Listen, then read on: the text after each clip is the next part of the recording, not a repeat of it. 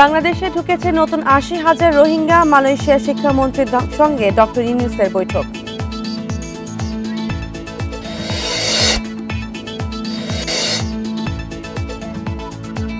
'৪৮তম থেকে বছরে একটি বিসিএস শেষের পরিকল্পনা, সিলেবাস যুগ উপযোগী করার উদ্যোগ।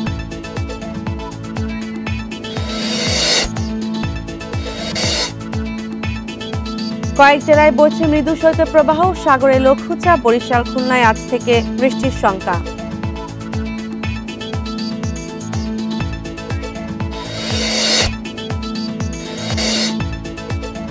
শার্শা সীমান্ত থেকে ৩ জনের মরদেহ উদ্ধার। বিএসএফের বিরুদ্ধে নির্যাতনের অভিযোগ স্বজনের।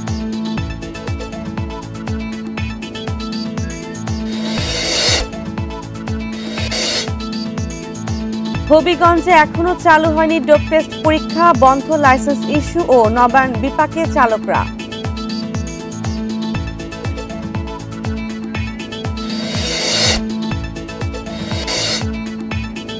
সিরিয়া পশ্চিমাদের জন্য হুমকি নয়, নিষেধাজ্ঞা তুলতে বহির্বিশ্বের প্রতি আহ্বান আল জোলানির।